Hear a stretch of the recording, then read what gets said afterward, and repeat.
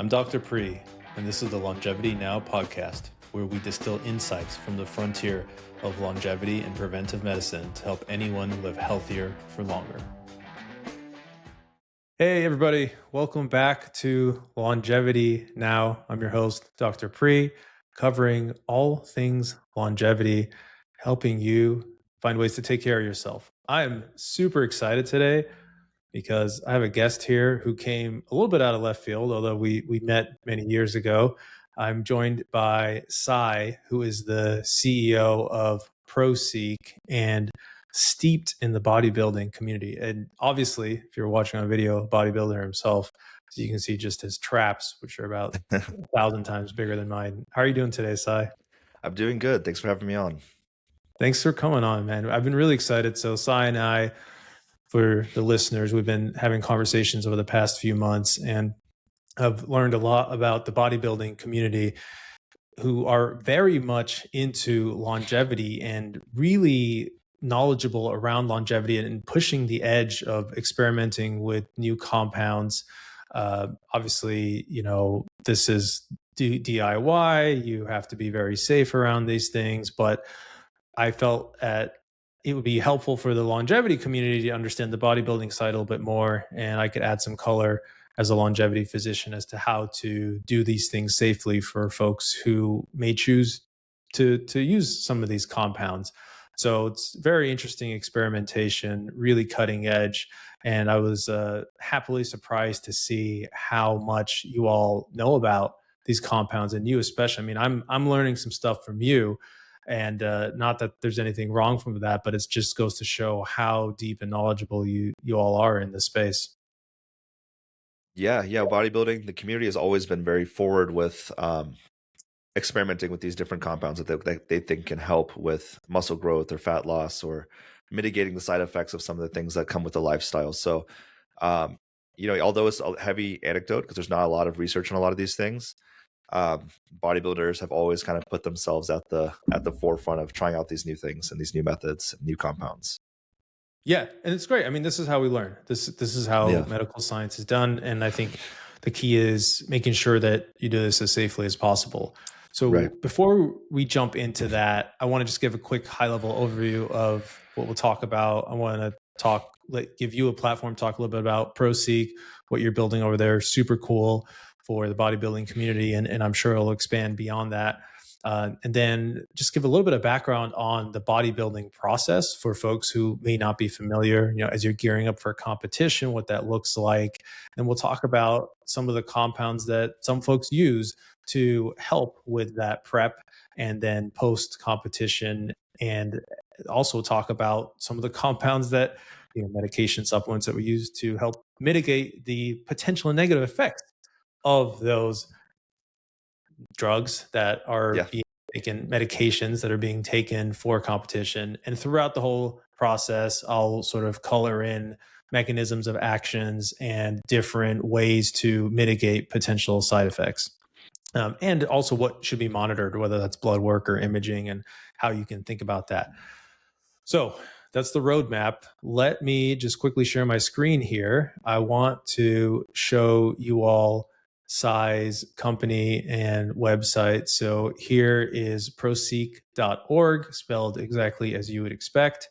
Maybe you could tell us a little bit about what you do at Proseek and who Proseek is for.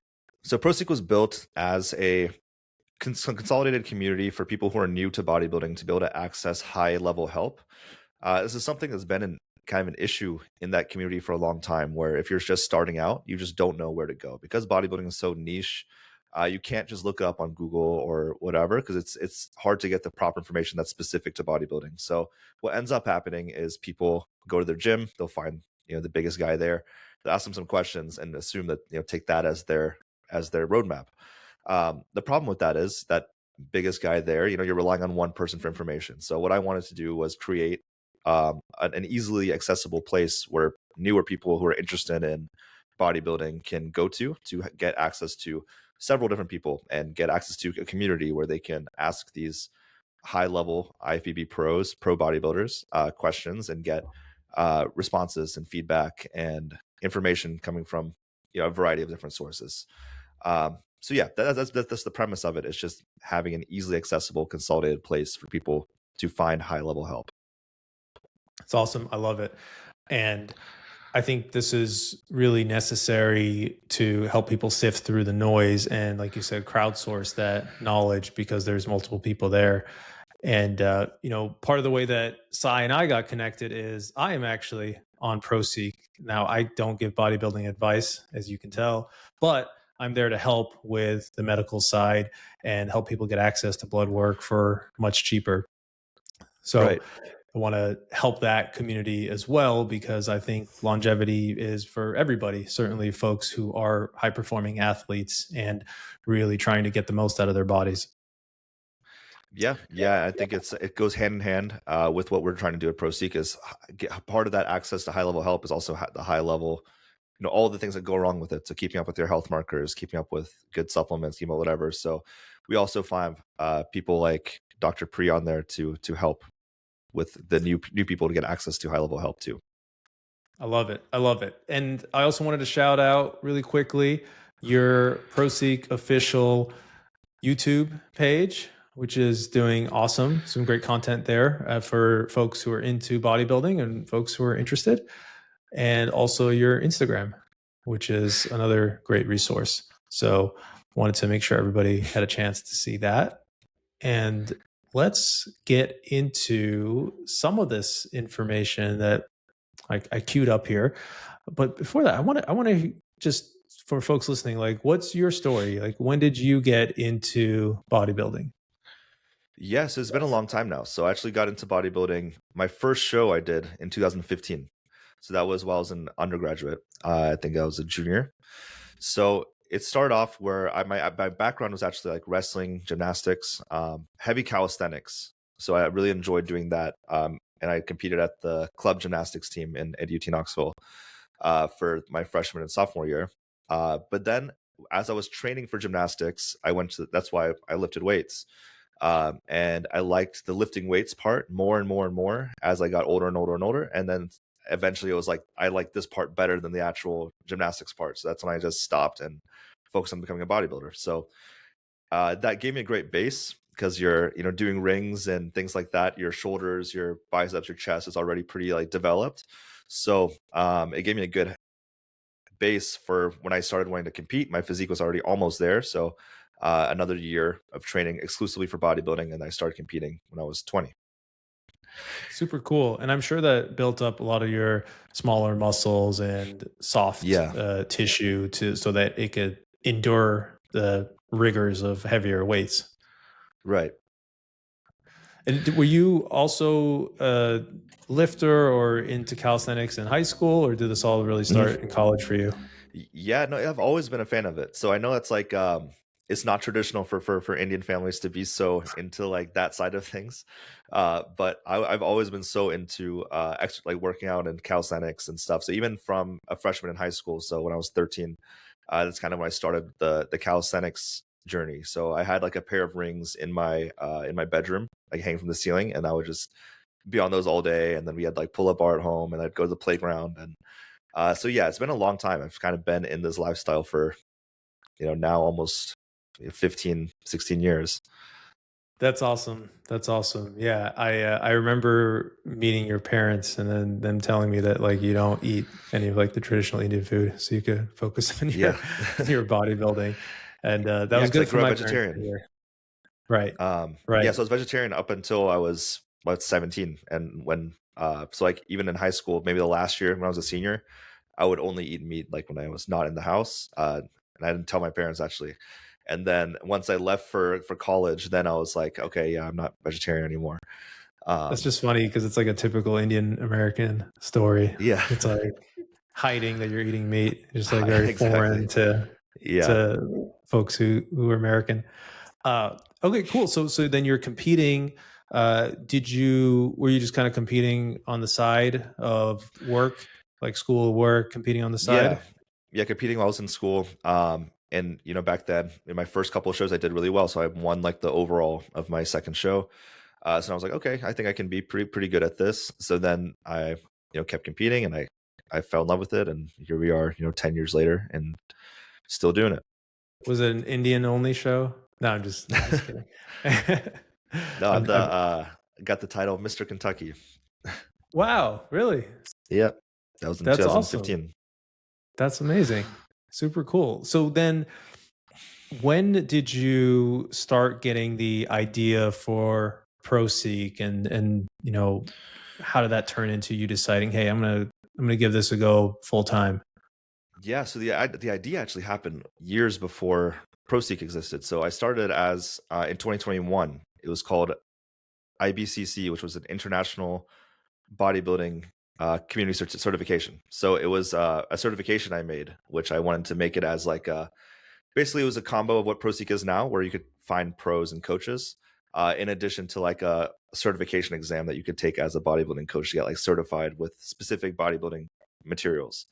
So that actually started it back in 2021. But back then I was, I think, just too young and inexperienced and too early in my career to be able to really invest in it. So, I created something with the funds that we had, which was not a lot. And ultimately I just wasn't super happy with the finished product. It was just like, this isn't a product that I feel proud to go market and try and find top IFBB pros and put them on here. So I took a pause on it for a few years. And then in 2024, that was, 2024. That's actually when I started building Proseek, was January of 2025. And then we launched last year in May. So I took a pause on it for a few years. I was like, I know somebody's going to do this at some point, and I hope it's me, but like, I didn't have the, I don't know, for some reason I didn't pick it back up for a while. So then in 2025, I finally decided, like, hey, we have the funds now. I feel like I'm a lot more experienced, and I can handle this. I have a lot more life experience, a lot more business experience. So kind of went all in on it last year, and then built out the whole thing and launched back in May of 2025. That's amazing. So you created that certification first. So you're trying to solve that same problem of, how do you get high quality advice and sift through the noise? But that wasn't quite enough to solve the problem. And you thought, okay, maybe we need like a digital presence and an easier way for people to connect with folks who are certified. Yeah. And we actually built that out with that original version too. I built out like the Proseek, but it looked like just a really bad old version of Facebook. And I just wasn't happy with how it looked. So that's why I just put it on hold for a while, because I was like, I don't have any more money and I can't fix it, but I don't like how it looks. So I just have to kind of put it on hold for a while. Yeah. And just so people who are not familiar with bodybuilding understand, like, you're doing all this, on average, how many hours a week are you training? So in prep and off season is different, because prep you're doing a lot of cardio too, but in the off season you're still probably doing maybe 30 minutes in addition to probably 2 hours of training. But really the time consuming part is the diet, because the training and gym, so like, it's like 2 hours a day, but having to eat 5-6 times a day and like eat the same things. You have to keep cooking chicken and beef and rice, and it's just that's the pain. That's the part that it feels like your life revolves around this. It's like having to just eat 5-6 times a day. Also, hopefully coming soon, Proseek meal prep. Yeah. Help solve that problem. But no, that makes sense. I mean, the 2 hours a day without the eating, that's a lot. That's like a real commitment while you're working and tinkering with all this. And then you got to travel for competitions, I'm sure, and all that. And how has the response been in the bodybuilding community to Proseek? It's been great. Like, everyone who sees it is like, it's bodybuilding is like it's a community where they're very set in certain things. Like, once they find something they like, they kind of stick to it. So educating them on like, hey, this is now an option. Like, anytime someone actually takes the time to look at the platform, they're like, wow, this is amazing. I can't believe this doesn't exist. I'm so excited to use it.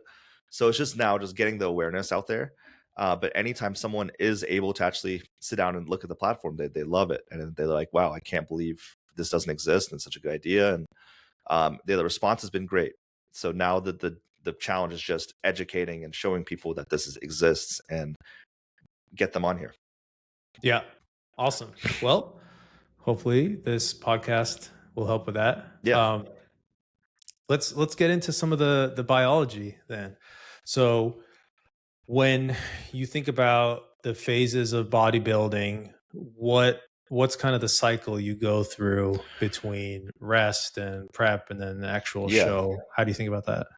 So typically there's like a off-season phase, which is like a building phase, right? So the purpose of that phase is to try and put on muscle mass. And then typically there's like a maintenance or health phase. And this is particularly if you're enhanced and taking in performance enhancing drugs. So that's like the time where you back off all the dosages, let your body recover, heal, get your blood work done, make sure things are good. And then that would kind of translate into a prep phase, which is now you're dieting down and trying to maintain the muscle while losing the body fat going into a competition. And after competition, then usually there's like a health phase and then another off season. And then, that's kind of the cycle. And so what phase are you really trying to add muscle mass? Is it while you're also cutting, or is it kind of like recovery, bulk, cut? Recovery, bulk, cut. Yeah. Got it.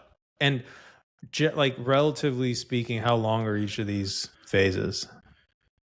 So it depends on the athlete, right? So like if you're an athlete that does not need to put on a ton of muscle mass, your muscle mass is already kind of where your division needs it to be, your off-season phase can be much shorter, right? Your competition phase would be longer.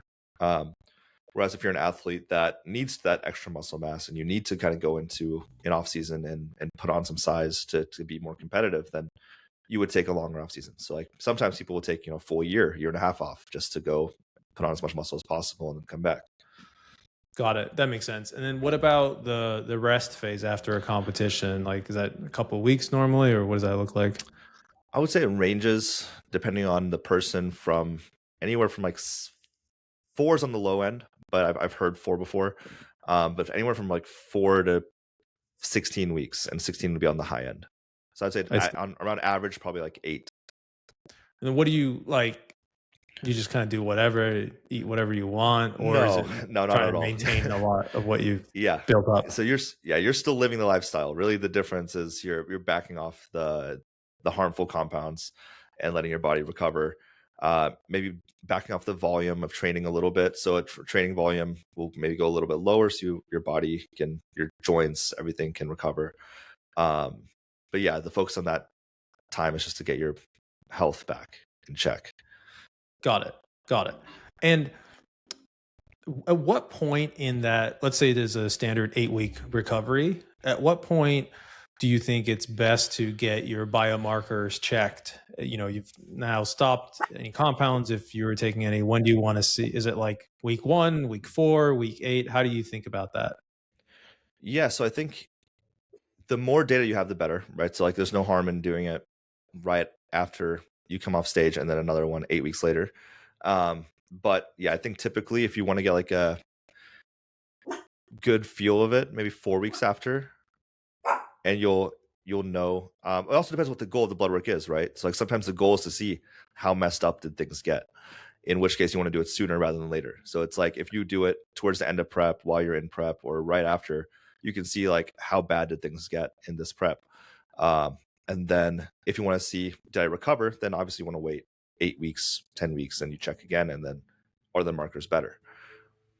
In an ideal world where time and money were no issue, like what would you want for somebody you're coaching who might be taking these compounds? Like, let's say, so exactly that. So when they're at their peak worst, I want to see what it looks like, because you want to know, how much damage are we doing here, right? So if so, maybe in a couple weeks out from prep, or a couple weeks out from the show, maybe 4 weeks out from the show, you could check. Maybe 2 weeks, a week or 2 after, you could check. And then you would want another one at the end of that health phase to see like, did things recover and come back to baseline. And if somebody checks like during prep and they see some of their biomarkers are out of whack, is it typically fine to mitigate those? Meaning, let's say you're taking testosterone and you have a high hematocrit. You find that your hematocrit's high. Right? Would it be detrimental to the competition if you started taking like a blood thinner to help mitigate that risk, for like a nattokinase or an aspirin, or would at that point, you know what I mean? Like, is there a reason to Yeah. be afraid to check? Let's put it that way. No, I think most people don't want to check just because they don't want to know how bad their health is getting. So they'd rather just kind of keep their head in the sand and pretend everything's okay.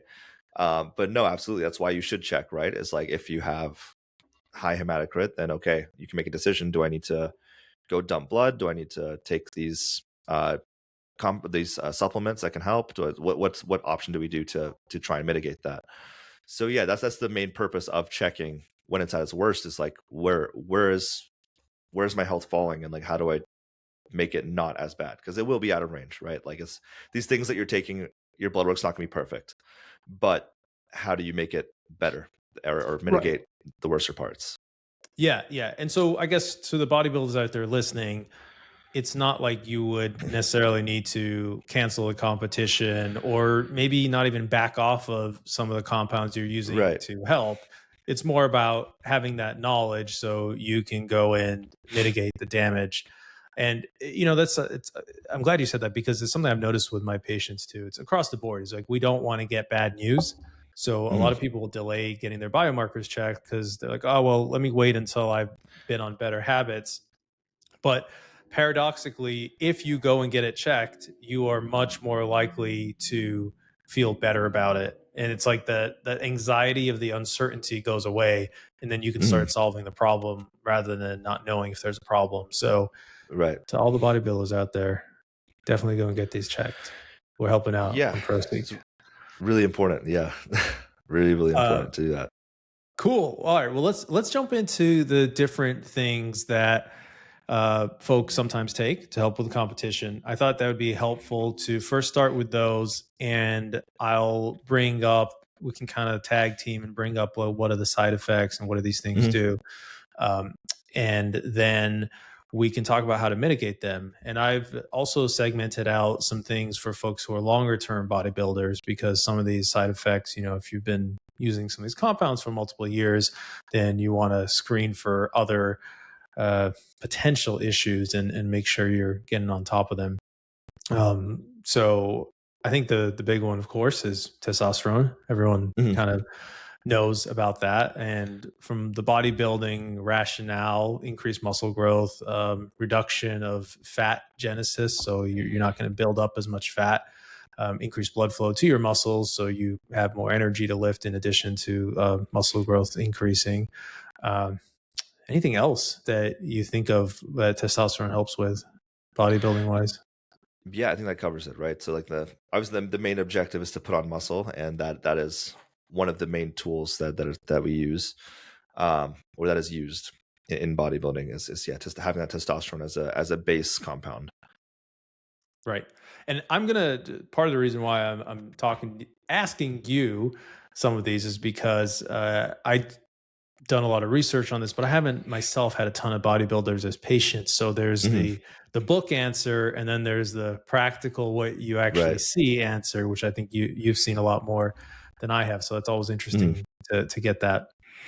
Similar to the issue you're solving at Proseek, like we have this issue in medicine and longevity where there's a lot of theoretical information out there, but on the ground, what's actually happening is often not easily represented. Part of what I'm trying to solve here. But enough about that. So things to look out for with testosterone. So there's a number of side effects. The big ones we often think about are cardiovascular. So we mentioned it thickens up your blood, and that leads to higher blood pressure. You develop heart disease, more atherosclerosis, for those who are familiar, but basically elevated cholesterol levels. You can get some inflammation. All that contributes to clogging up your arteries. Then there is a theoretical, be curious to hear your thoughts on this, but a risk of having arrhythmias, or like abnormalities in the way your heart beats, the electrical conduction there, as well as like longer term enlargement of the heart muscle. And then as your blood thickens, there's an increase of like blood clotting risk. I know that's a bunch. Any others that you've seen or heard of people getting cardiovascular wise? Yeah, I mean, I think that's the main things we need to address, right? It's like we know that it's probably going to raise your blood pressure a little bit. We know it's probably going to ruin suppress your HDL a little, raise your LDL a little bit. Those are like the critical ones that if you can control that, then and your hematocrit, yeah, it will make your hemoglobin higher, hematocrit higher. So like those are like the known things that are pretty predictable.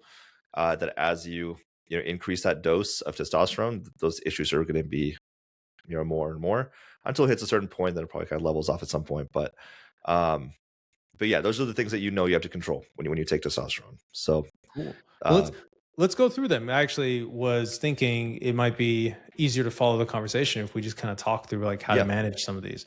So like first things off the bat, just putting the doctor hat on or white coat, whatever.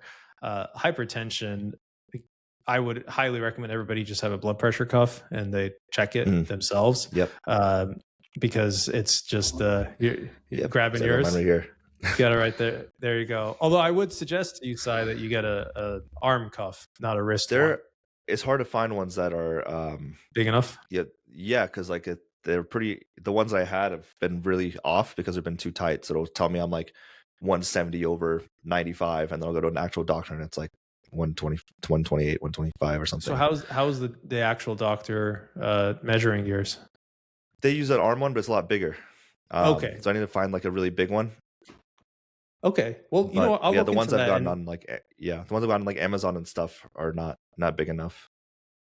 That is a crazy problem to have in this day and age. Okay, I will see if I can find one that is. I mean, it's just the cuff. It's not even the device. It's the part that straps around your arm. Okay, so that one is like checking it. It's, for sure, at least have a wrist one like you do, and looking at the medications you and I discussed previously, I think the telmisartan is probably the medication of choice there. Is that right? Or do you see other ones? Yeah, we definitely see. I mean, ARBs in general are okay, but yeah, telmisartan is the one we see a lot of bodybuilders go to. I think that's also because it has that extra mechanism of the PPAR agonism, so it can also help with like fat loss a little bit. Like in theory, I don't think it actually in practice. I don't think we really see that much, but in theory, it could. Because it actually was on the WADA watch list at one point. Telmisartan as a performance enhancing thing. Oh, interesting. Because of the fat loss part. Because of that, that PPAR agonism. Yeah. Look, I actually am not 100% sure of the PPAR part, but it makes perfect sense. I mean, angiotensin receptor blockers, first line meds for reducing blood pressure. And they kind of work by altering a hormone that comes out of your kidney that causes your blood pressure to rise. But just for folks listening, what to look out for is like having too low of blood pressure. So if you start getting more lightheaded when you go from like sitting to standing up, orthostatic hypotension, things like that. The other thing on this one that I would recommend folks do, and you'll be doing this for multiple reasons, but make sure you get your kidney function checked. And your electrolytes checked, because your potassium can get too high with these, and you can see a hit in your kidney function. So definitely, what's that? You'd see a hit in your kidney function. For what reason? Like what is the cause of that?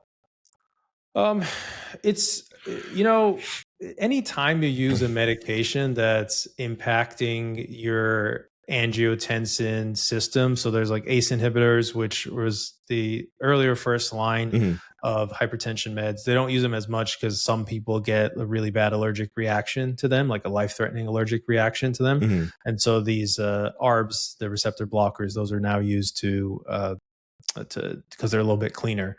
But both of them are working on your kidneys. And so there's a theoretical risk. Use them long enough, high enough dose, it starts causing damage to your kidneys.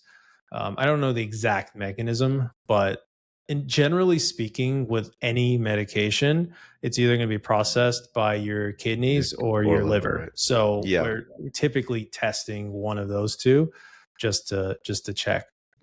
And I'll throw one thing in, and like, I know a lot of folks, not just bodybuilders these days, but I'm sure bodybuilders are taking creatine to help with training.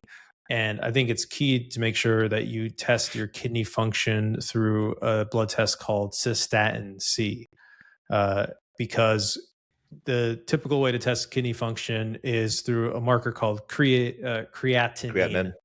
Yeah, not creatine, creatinine. And that one gets altered by creatine, and also gets altered by having more muscle mass. And so it'll throw off your values for a kidney function. It's something called GFR, glomerular filtration rate. So anyways, you got to make sure you get your cystatin C checked. It's actually quite cheap. It's, not a very expensive test, but you just got to remember to do that. Yeah. But ultimately you would say that because telmisartan is taken to reduce blood pressure, and having high blood pressure is also detrimental to kidneys, would you say that the trade-off is still worth taking, or having that first line, or having that as a prophylactic? Totally. Look, I don't know if you need a prophylactic. So blood pressure is one situation where the thing I would for sure do is get a cuff, whether it's a wrist or, if you can find one that's large enough, and make sure you're checking your blood pressure. If you see it being sustainably high, so these days with the new guidelines, that means the top number is over 140, and the bottom number is over 80. Did it go higher? What is 140 now? Well, 130 they 120, consider pre-hyper. Yeah, so normal is 120 over 80. If you go between 120 and 130, they kind of consider that pre-hypertension. And then 130 to 140 is more regular hypertension. But to start a medication, you might say, okay, well, maybe I can drop a little bit of weight, or maybe I can do a little bit more cardio, or maybe I can cut out some salt or some potassium from my diet. So you start with lifestyle factors. If you are above 130, sorry, I misspoke. Above 130 is considered pre-hypertension, and then above 140 is hypertension. What they changed is the bottom number. They want that below 80 no matter what. They used to say 80 to 90 is fine, but new guidelines came out and said, no, even 82 is considered hypertension. Time to do something about it on the bottom number. And the reason why I wouldn't necessarily start the telmisartan right away is because you don't want to drop your blood pressure too low, right? That's potentially dangerous. You might stand up, lose consciousness, pass out, that type of thing. So I would wait to get evidence that your blood pressure is going high before starting the telmisartan. But some of these other ones, I think you can start them prophylactically and not really worry too much about it. But yeah, and I'll get back to the exact mechanism of the kidney damage through the telmisartan. But let's talk about the other probably really two other big cardiovascular things we talked about is the cholesterol. So what do you see folks doing to help mitigate the elevated cholesterol that can come with testosterone? And all the carbs you're eating, right? That's probably contributing as well. Yeah, and just being heavier people, right? So that's also what you see is just in the off season, you're just a bigger human. So for example, when I weigh over 220 pounds, 230 pounds, my cholesterol is going to be worse than if I'm 190 pounds. So that is one thing. But yeah, so I think the very common one that we see now is Ezetimibe, is the one I'm seeing in the bodybuilding space a lot, as a first line. And then statin is very rarely. I think that's if it's absolutely necessary, then I've seen people take statins. But I think Ezetimibe is the first choice. I think typically because it has less of that muscle pain side effect that some people experience with statins. But also different supplements like the citrus bergamot is used a lot. Berberine, but that's also for blood sugars, but I think that's also been shown to help with cholesterol a little. Garlic has been shown to raise HDL, niacin. So all those supplements that help with cholesterol are taken as well. But as far as pharmaceutically, Ezetimibe is the most common one that I see. Yeah, that makes sense. And I actually recently did a article and a short video on Ezetimibe. It's a really good drug. I mean, there's virtually no side effects. It's generic. It costs $10 a month, even without insurance. They didn't find any side effects above placebo. It's been around for 20 years. So we have decent amount of long-term data. 9 million people take it, so it's not like a small amount. And the reason I say that is like if a lot of people are taking a compound for a long time, you're probably going to uncover most of the long-term risks that are there with it. And what you said about the statins makes complete sense.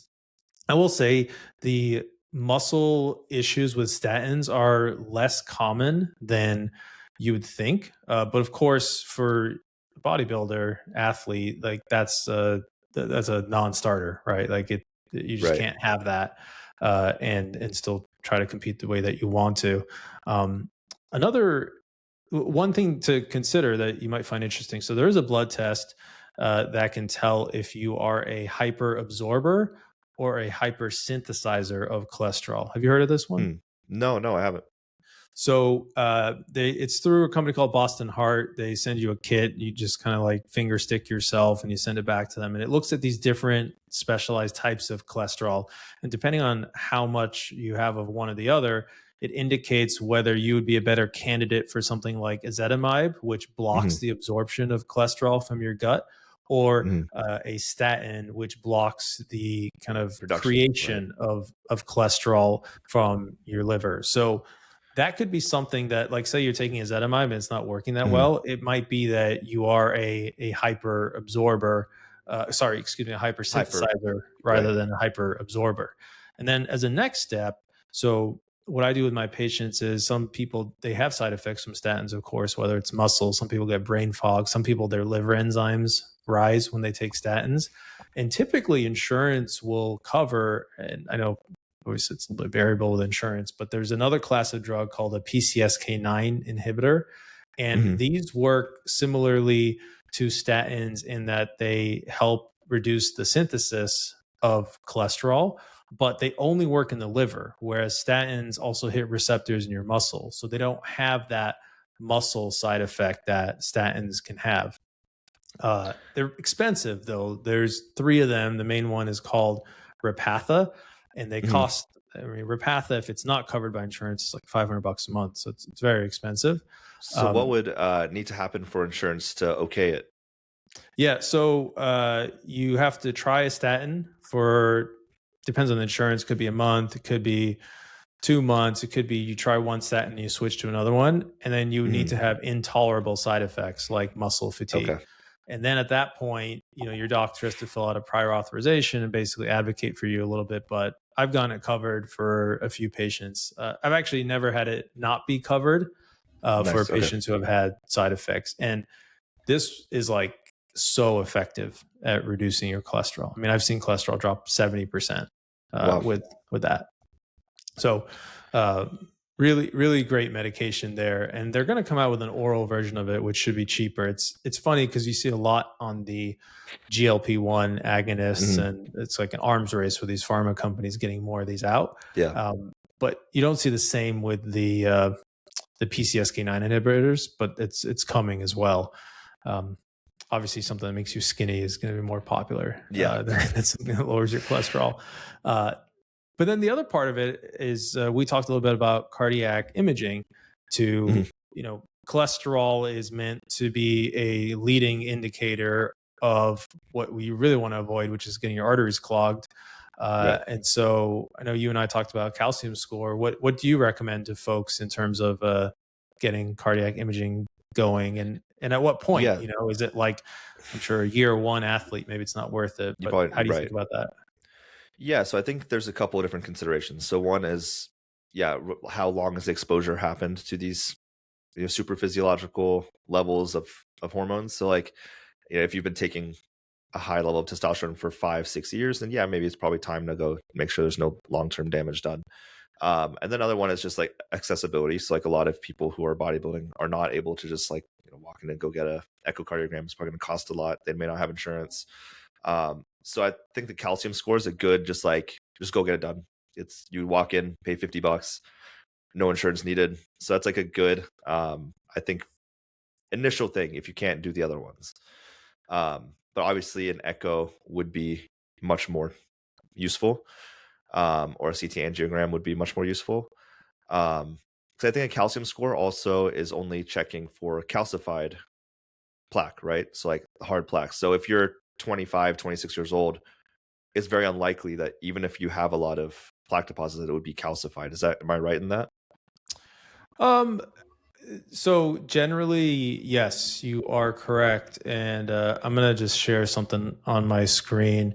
And I promise I'm not trying to plug myself. It's just I wrote an article on this recently. And generally speaking, you are less likely to find calcium if you're younger, but some people don't develop calcium even though they're still getting the arteries clogged with what's called soft plaque. And I don't think we really understand why that happens. And so if you want to make sure you're seeing what's happening, you're going to want to get that CT angiogram. So this first image here is a calcium score, and calcium lights up just like bone. You can see this person's ribs. It's kind of a cross-sectional image here. And so you can see if there's calcium on the outside, but if they're one of these people that doesn't have calcifications, like you can't tell the soft plaque without getting that coronary CT angiogram. So that's when they'll inject some dye into your veins so that all your blood vessels light up like that. And so, I would think of it a little bit less like if you're young or old. It's more like if you want really the best data, then you should get this coronary CT angiogram, with the trade-off being it's still more expensive because it's more invasive. They got to inject something in you before they get the scan done and kind of time it right. So they make sure they catch it before your kidneys filter out the dye. Right. Now, my point in that was that the calcium score may not be as accurate if you are younger because the plaque would not be calcified yet. Yeah, you should definitely always get these other two over that if you can. Well, totally. And look, I would argue that the calcium score is not as accurate regardless of how old you are. Because but yes, 100% agree with you. And but if you're like 50 getting a calcium score, it would be more telling of your current state than if you were 22 getting a calcium score, right? Yeah, definitely. Well, let's put it this way.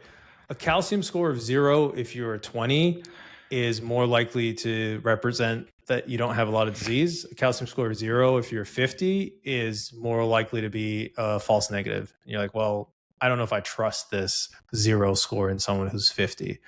And I would want to more likely get the angiogram in that case to be like, okay, let's find out for sure. So yeah, the probability is, totally agree with you there. You're right. If you're 25 and you're just starting bodybuilding and your calcium score is 0, you're probably fine.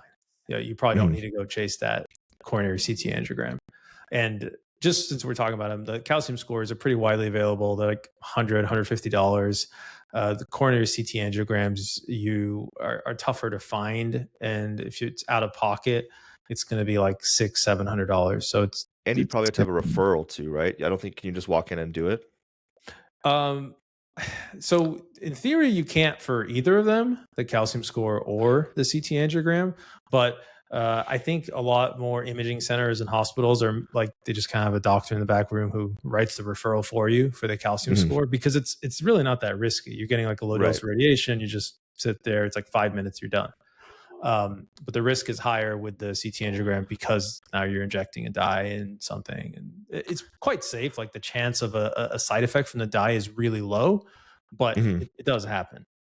But yeah, and then just for the mental model, the echocardiogram, I think of that as like, so you're not going to see cholesterol or plaque buildup in your arteries. This is you can see the growth of the LVH, right? Like that. Yeah. Because the heart muscle itself can start getting larger and larger due to the testosterone. And that's a much harder problem to solve, actually. And that might be a reason to cut back or mitigate the way that you are dealing with your competition, which of course is like not news that anybody wants to hear. But that itself can also lead to more arrhythmias. So more of the abnormal heartbeats, palpitations is how you would feel it, that growth in the heart muscle. And I think that's actually another reason why telmisartan is popular, is I believe there were some rat studies that show that it can actually reverse LVH. Okay. This is super. I'm gonna have to follow up with you on some of these because I wasn't. I'm gonna write this down. But I'm really curious, like if we have human data on that. whether it works or not, I don't know. But it's like all things equal, might as well just take the one that has some of these things, right? Totally. And we were talking a little bit offline. There's another medication once we get to the kind of like managing the carbs and the insulin side of things that are called, the class of drugs are called SGLT2 inhibitors. The big one that you might have heard commercials for is called Jardiance. So these are diabetes medications, but what it does is it blocks your kidney from retaining glucose. So you'll end up essentially urinating out a little bit extra glucose. Is empagliflozin one of the drugs? Yes. Jeez, I can never pronounce it. But that is Jardiance. Yeah, exactly. Yeah. Okay. Yeah, that actually has become. I have heard some rumblings of that now, that people are starting to use that. Well, and in the longevity community, like this is amongst longevity doctors, this is considered like maybe the first line diabetes medication. There's a lot of diabetes medications, and it depends on what else you have going on. Before like metformin, definitely before metformin. Metformin is like 4 or 5 now. It's good, but it's typically we're looking for combo drugs. So like if you're obese, then we'll look at like a GLP or a tirzepatide or something like that. If you have heart disease, this is where empagliflozin comes in, or Jardiance, because it's shown to be cardioprotective, like fewer cardiac arrests and there's something called MACE, major adverse cardiac events. So it's like heart attacks, like strokes, things like that. And there's data showing that it helps to reduce those as well. All this is a little bit tricky because this data is typically collected on folks who have like real disease. They've either had a heart attack or they have like straight up diabetes, not like pre-diabetic or anything. So you have to try to extrapolate a little bit to people who are otherwise healthy. But yeah, that's a great one. And that could also be cardioprotective. I don't know if it will specifically help with like LVH, left ventricular hypertrophy. But I'll write that down too. We'll see. But certainly coming back to it, like the echocardiogram, you're going to want to get that checked. I think if you've had, I don't know exactly what the right number is, but maybe a couple of years of 3 to 4 years stuff. And they're cheap, right? I mean, there's a couple $100. It's definitely worth doing. Yeah, it's an ultrasound.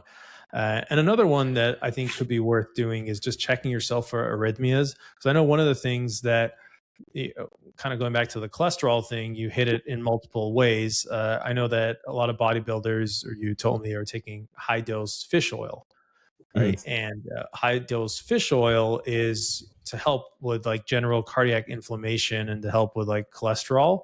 But the only real risk there is there's a slight increased risk of atrial fibrillation. So that's like the most common arrhythmia. And it's where one of the chambers of your heart starts beating a little asynchronously. And so I think that it's probably worth checking for that. And there's a couple different ways you can do this. One way that's actually quite good is now a lot of these like fitness watches or Fitbit, I think, has it as well. Probably Whoop. I'm not 100% sure. Excuse me, but certainly like Apple Watch, it'll kind of watch for this and see. They're pretty good at detecting these arrhythmias. Alternatively, you could get an EKG. The downside of an EKG is you're only looking at 10 seconds. It's that moment, right? Yeah. Exactly. Right. But it is more accurate, and it would pick up like other less common arrhythmias. But I think just having like one of these watches on is probably like a pretty good screening mechanism there. Yeah. No, I love the Oura ring. That's what I wear instead of my wedding ring.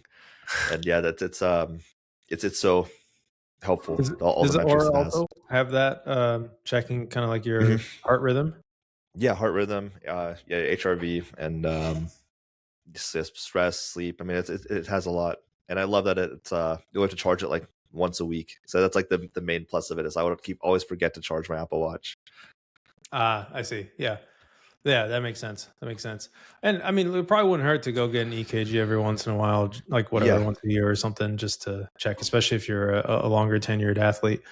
I think that makes sense. Included with your yearly physical too, right? Like usually EKG over a certain age. Should be. I mean, they're really. I mean, it's like very cheap, like $25, $30. I think it's just more annoying to go and get it done rather than the actual cost of it. And then the other thing I wanted to bring up, cardiac. I know we've gone deep on cardiac, but it's one of the big risks, right? So having extra testosterone increases the amount of red blood cells you have, which can thicken up your blood, lead to a blood clotting risk. What do you recommend to help mitigate that? And this is actually very easily detectable with like a standard complete blood count. It's like a $5 test. You get hemoglobin, hematocrit, red blood cell mass, a few other things. How do you think about mitigating that if it's too high? Yeah, so that's again, one of those things that's very predictable. We know that's going to happen if you're increasing your anabolic dosages. So one is preventing clotting, right? It's one is just things like fish oil and nattokinase and maybe a baby aspirin, things like that, to just try and prevent the clotting risk. And the other one is actually lowering the level, which would be maybe going and donating blood or something during those phases where your dosages are elevated and it's an acute thing. Then maybe every 8 to 12 weeks you could go donate some blood to just lower it immediately. Got it. That makes sense. Yep. I like those two. Nattokinase, it's interesting. It doesn't quite work the same way as aspirin does. I looked into this a little bit. I think if you're getting nattokinase, you probably also want to check your actual blood clotting factors. So there's one called PT, there's one called PTT, and there's something called fibrinogen. The blood clotting cascade, have you ever looked at it? Have you seen it? All right, I'll show you this really quickly because I think you will appreciate. Well, anybody will appreciate the complexity if they look at it. There's a lot of stuff going on with blood clotting. There's 13 different factors. So here you go. This is just a random website I found, but this is what we have to memorize in med school. There's two main pathways, this intrinsic pathway and this extrinsic pathway. So I forget which is which, but PT measures one of them and PTT measures the other one. And then you get down here with fibrinogen is kind of a common pathway towards the end that leads to the eventual blood clotting. So nattokinase attacks this fibrinogen here, but you can measure basically how is this clotting function working, how is this one working, and then how's it working right at the end there. And you could try to make sure that it's not going, you're not overdoing it. Essentially, it's a way to mitigate the nattokinase. Now, aspirin works in a different way where this is these little protein factors in your blood, and then you have your platelets, which can start clumping together, and they help cause the plug essentially. So it's kind of separate from this whole process, and that's what aspirin helps. It helps prevent those platelets from sticking together. So you wouldn't see it here, and there's no real way to test for how much aspirin function you have. With any of these, I also think it's really important. Just if you're bleeding and bruising easily, then maybe go get it checked or maybe back off some of these. Is that something you hear about with athletes where they've noticed? No, I haven't. That's why I feel like the benefits of taking those is probably outweighs the risk of it. But I haven't really seen much of that where people are bleeding too much or whatever. Because even if you get your blood drawn or blood taken, then because you're not supposed to take blood thinners and stuff when you do that, right? But typically, I think it just returns it to baseline or something, because otherwise your blood will be really thick, and you take these things and then it flows normally. Because even with a pretty high hemoglobin, I think if you're taking a baby aspirin or a lot of fish oil or something, your blood still flows fine when you're donating it and stuff. Yeah, and just as a minor thing, the hematocrit is really the one. I mean, both matter, but the hematocrit is the one that refers to the thickness. It's like the percentage of your blood that is solid versus liquid. That's what the hematocrit is talking about. But you're right, the hemoglobin is like a factor of that, as well as like the red blood cell mass, and that makes sense. I'm not 100% sure of like how much each of these factor in, but I think certainly if you start bleeding easily, then look into it. And the other thing I would look out for is if you just are on some of these compounds and you have like head trauma or something, I would just be extra careful because you want to make sure that if you have a brain bleed, you have to be really careful because that can be life threatening.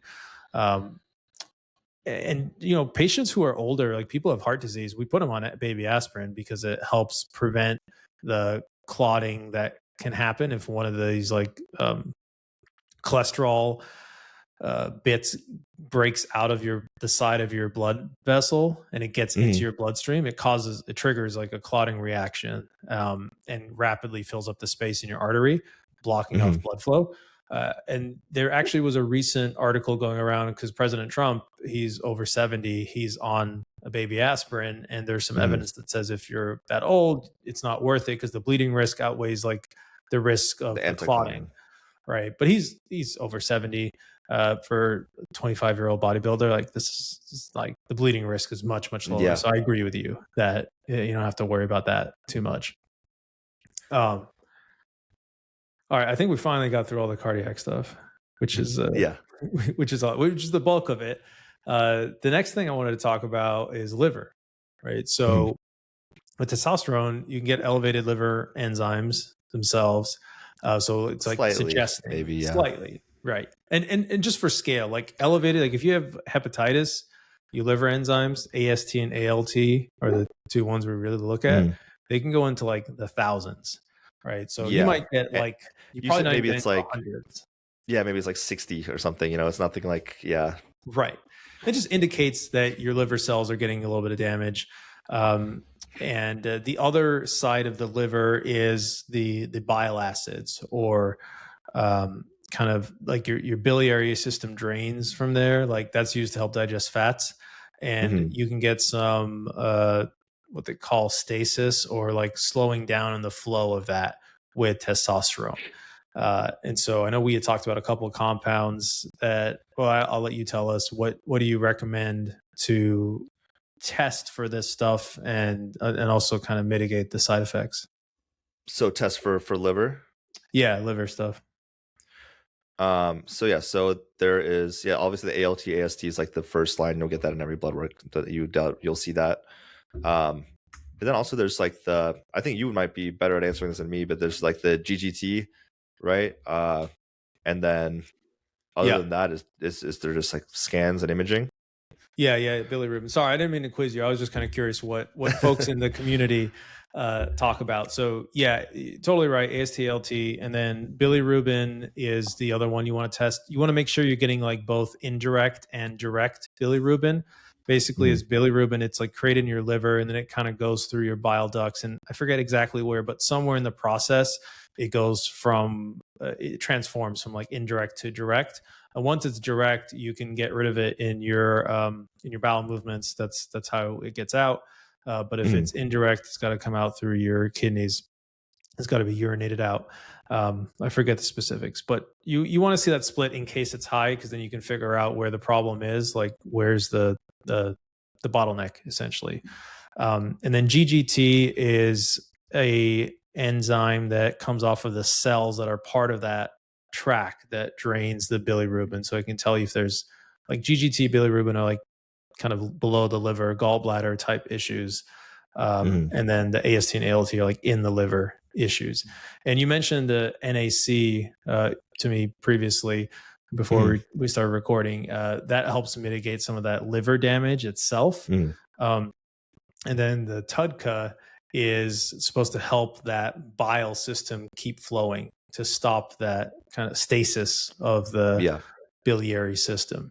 And I know you mentioned milk thistle as well. I'm a little less familiar with how effective that is, but it probably doesn't hurt. Yeah. I think the other two are like the main ones that are pretty much necessary if you're taking some of these especially hepatotoxic ones like the oral anabolics. But yeah, I've seen dramatic differences just taking someone taking 1.2 to 1.8 grams of NAC alongside some of these compounds. So I've seen someone who's taken so there's stanzolol, Winstrol. So I've seen them take it with no liver support, and their ALT/AST after 6 weeks of that or 8 weeks of that was in the 200s, 2 to 300s even. I've seen 300s even, and then I've seen people, that same person, then take NAC with their next prep, and it was under 100. Wow. Because like your ALT/AST, if you're taking oral anabolics, will go up. I don't think there's any avoiding that, but it's dramatically reduced with NAC and TUDCA supplementation. What about if people take injected anabolics? Does that seem to have less of an effect? It's way less hepatotoxic. Yeah, well, so like because like even with high dose injectables, your ALT and AST is typically not super elevated, maybe just slightly. But if you're taking orals, because they're methylated, it has, it passes through your liver twice, right? So it's like a much higher toxicity. So that's when you see those numbers jump a lot, and that's when you try and up those NAC and TUDCA dose to mitigate that. That makes a lot of sense, yeah, because it literally has to get through your liver before it even gets to your muscles or anywhere else on the first pass, if you do it orally. Yeah, that makes a lot of sense. Do you see folks ever get back to like liver enzymes below 40 on these? Okay. Yeah, definitely. Even with if it's injectables only, yeah, I've seen people with perfect liver enzymes. Okay, that's good to know. I mean, that would be a reason to go injectable. I know it's less convenient, but I think that if I were someone's doctor and they had sustained liver enzymes over 40 for like a couple of years, I would suggest periodically getting a FibroScan, because the way that, so a FibroScan is just an ultrasound of the liver. It's kind of like an echocardiogram, but you're doing it over your liver. And not only do they do the imaging, but they kind of send a little impulse, right? It's like sonar with an ultrasound. And they, based on like how quickly it returns, they can tell how like stiff your liver is, because with your liver, once there's like sustained damage, it starts getting scarred up, or like fibrotic. That's what's called a FibroScan. And you really don't want that to happen. That's like irreversible damage. So that's something for folks to consider monitoring. And I don't know how much those cost, to be honest with you, but my guess is it's in like a couple $100 range. But if you have elevated liver enzymes, that I think your insurance would cover it. Be like, hey, I don't know why this is going on. Another thing to think about with liver enzymes is like a lot of compounds you take, as we were saying before, they're going to get processed through your liver. So, if I had a bodybuilder come to me and they had elevated liver enzymes, really what I was getting at is I'd want to differentiate or identify these elevated because of some of these androgenic compounds, or these elevated because of maybe something else that is going on, whether that's another medication or supplement, or maybe it is like a hepatitis or something like that that's going on. But is it practical for an athlete to switch from using an oral compound to the injectable testosterone, or is that going to cause issues with competition? Yeah. So in competition, typically testosterone is stable, so that's going to be there year round, injectable, right?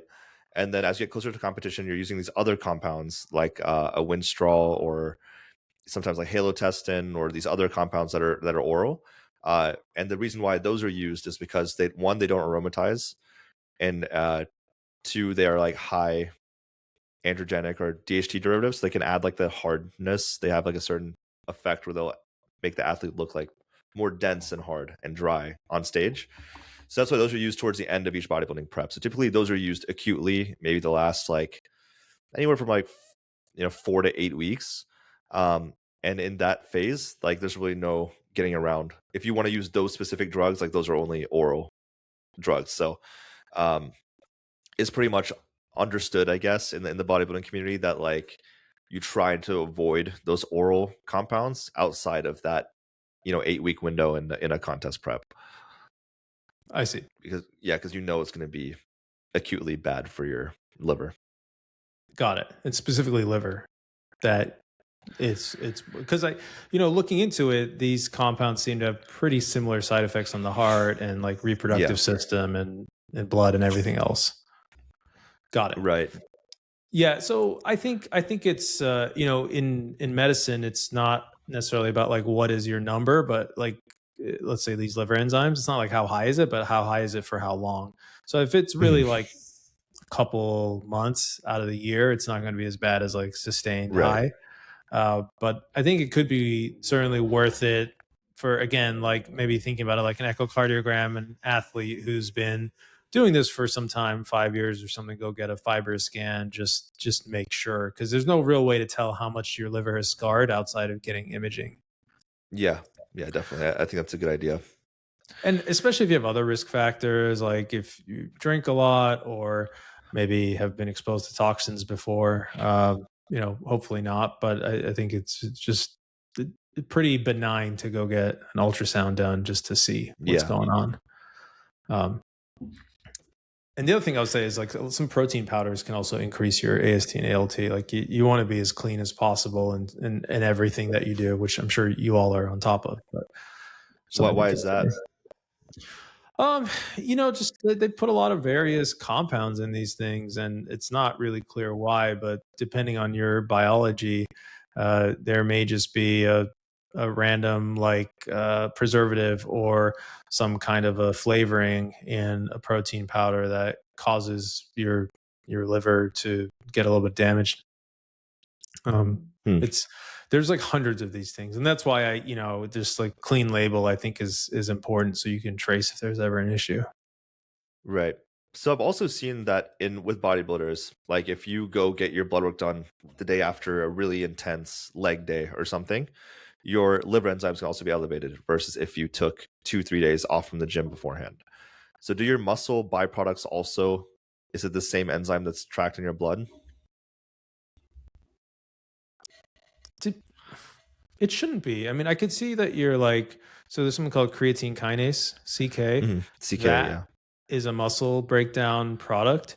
And if you think about rhabdo, what happens is you have too much of that protein breaking down, and it impacts your kidneys because your kidneys are going to filter them out. I wouldn't suspect to see too much of a liver hit. The only thing I could think of is like maybe you're just getting some like systemic inflammation, like IL-6 or something, and that's causing like your liver to be a little bit upset, so to speak. I'm not 100% sure, but mechanistically, that's what I would think. But that you do bring up a good point. I mean, I think it's worth it for getting blood work done to try to be a little bit more at baseline. Because I don't think that there's an issue with doing a hard lift in terms of your liver. Like I think whatever that is showing up there as is like a false signal. I don't think it means, hey, you're doing real damage. It's like you just worked out hard and your body's like in recovery mode. I still feel like pretty strongly that any of this like actual exercise is really good for you. It's not problematic. All right, cool. A couple other things. I'm not going to touch on the reproductive elements of taking androgens because I think that's extremely well documented and not really a surprise there for anybody. Psych wise, how often do you see, depression, anxiety, and you hear about roid rage, like aggression? Yeah, I mean, I think the roid rage part is definitely overstated. Once again, I think it's definitely dependent on the individual. Like if you're like an angry individual and you take anabolics, you're gonna become a more angry individual. But if you're like a pretty laid back person, I've never seen someone who's like laid back take androgens and all of a sudden turn into like a rager, So it's like it's definitely just depending on your baseline. Obviously, as far as like the mood swings and stuff, that's gonna be more common. Just because your hormones are going up and down, right? Like let's say you take 1,000 milligrams of testosterone, now your androgens are 5 times higher than they were a month ago, and then once you come back down to normal, then now they're dropped 5 times. So it's like, those things are going to cause changes in your mood. But in terms of like the rage and stuff, there's only one compound that I've heard that a lot of people experience like more irritability and aggression with, and that's like trenbolone. But just like testosterone and stuff like that, I've almost never hear that. Unless What someone about already just has like a really short fuse, then yeah, maybe it'll make them a little bit worse. Interesting. The trenbolone does that. Well, and how about like the depression or anxiety? Do you see that with anabolic use?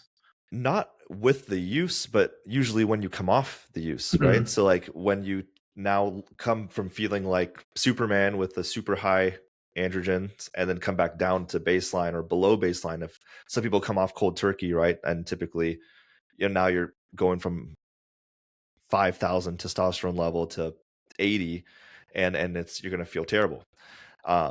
And now you also see your body deteriorate a little bit. You get a little softer, you get a little smaller. It's like, yeah, all those psychological things. So that's like when you typically see those things is not really when they're taking the anabolics. It's like when they stop taking it and their levels are now back to normal, because you're used to feeling better. If people like cycle their testosterone use or reduce their dose to sort of taper off, does that help mitigate those like cognitive effects? For sure. Like if you like a lot of people, it's really common to what people call like a blast and cruise, where you'll blast your, let's say the baseline is a TRT dose, right? So like 175, 200 milligrams, whatever. And then when you're blasting, then that goes up to, let's say 750 or whatever. And then you will do that for 16, 20 weeks and then come back down to cruising, which is back down to TRT dose. So yeah, if you do it that way, I mean, you're still going to experience to some extent, right? Like if your testosterone levels are super physiological and then come back to physiological, you're going to feel some sort of psychological difference between the two. But definitely much less than if you were to just like come off cold turkey and then, and not take any testosterone at all, and then try and like bring back your old production with enclomiphene and tamoxifen. And if you go that route, then you're going to experience a lot more psychological effects for sure. So you're saying using the tamoxifen makes the psychological effects worse?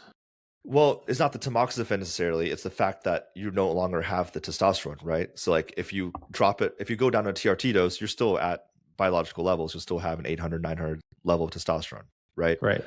But if you don't have that TRT and you're trying to restart your own production is shut down. I see. So that people is going to feel TRT like crap. Completely switch to tamoxifen. Yeah, and you're trying to rebuild your natural production. That's when you're not going to feel well, because now your testosterone is back to like almost zero, and you have to allow it to rebuild back up. And sometimes it doesn't too. I've seen that too. Got it. And for folks who may not be as familiar, the tamoxifen, so when you have a lot of testosterone, some of it gets turned into estrogen. And that's part of why we see some of the negative side effects of testosterone, like the gynecomastia, so fat building up in your chest. Probably some of the acne is due to that as well. Yeah. Because, when women go through their hormonal cycles, they'll get acne with increased estrogen. So the tamoxifen is and the anastrofol and clomiphene are really both there to stop that increased estrogen production. But if you go off of TRT, you might also use those so that whatever testosterone you have stays as testosterone and doesn't get turned into estrogen. But I hear what you're saying. It's the lack of Clomid and clomiphene can also help, I believe, restart your natural testosterone production as well. Right. But it's that makes sense. And do folks ever dose their TRT based on their testosterone levels in their blood, like their free and total? You should, right? I mean, that's what you should be doing. See, if you're doing your regular blood work, then yeah, your TRT should be based on blood work. A lot of people do that. No, they'll probably just assume somewhere around 200 milligrams is probably going to do it. So that's typically what a lot of people will do. But yeah, ideally, you are getting your blood work done and actually seeing with that 200 milligrams, am I in the normal range? Am I above the normal range? And then adjusting. Got it. And let's say you're not coming off of TRT, but you're in bulking phase. Do you recommend folks take the tamoxifen or the the anastrozole, some of these like aromatase inhibitors, or do you base it off of like if you're getting acne or getting like gynecomastia, fat around your chest? Yeah, again, ideally you're basing everything on blood work, right? So ideally, if you raise your testosterone to 500, 600 milligrams a week, you're getting your blood work done and seeing, is my estrogen high, then yeah, maybe you need to add in one of those things. But yeah, I mean, typically if you're going to make your testosterone go from 200 to 800, then your estrogen is also going to go up somewhat proportionally, right? So your aromatization is going to be higher. So yeah, typically you might need something like that. But you don't want to just take it arbitrarily. So if you're starting to experience some high estrogen symptoms like a ton of water retention or some nipple sensitivity or whatever, then yeah, you should probably add some in. But also there's other compounds that people, it's like the new age thing is like there's other compounds that can actually lower E2 if taken in conjunction with testosterone. So that way you get to now take even higher anabolic dosage and manage estrogen without using an estradiol or tamoxifen or something like that. What are some of the newer ones that you're hearing about? So like, well, they're not new compounds, but it's like a new methodology, which is like, so like drostanolone is otherwise known as like Masteron. And there's Primobolan. I can't remember what the chemical name of that is, but yeah, Primobolan and Equipoise, which is like it was actually developed for horses. It was like in the veterinary space. Oh, yeah. So like all of those can sometimes be taken in conjunction with testosterone, and those drugs by themselves can also lower estrogen. So that way you don't have to take in an estradiol or something. Okay. So those are used not anabolically, but to mitigate side effects. No, they're used anabolically too, which is that they also have that secondary effect. So that's why people prefer going that route, right? So now you get, it's like a 2-for-1. You don't have to take an estradiol or whatever, and you get more anabolics. Got it. Okay. That's super interesting. All right. So that makes sense. Do you find, so basically the way you think about it is, first, get your blood work done. That's ideal. If your E2 is high, even if you don't have any acne, you don't have any nipple sensitivity, water retention, E2 is getting too high, consider taking something to help lower it. Whether that's, I guess, one of those, or do you wait for those like physical symptoms? I would say you should probably wait for symptoms, right? Just because if you don't have any symptoms and you're like, because your estrogen will be probably higher than normal, because your testosterone is going to be 10 times higher than normal, right? Or like 5 times higher than normal.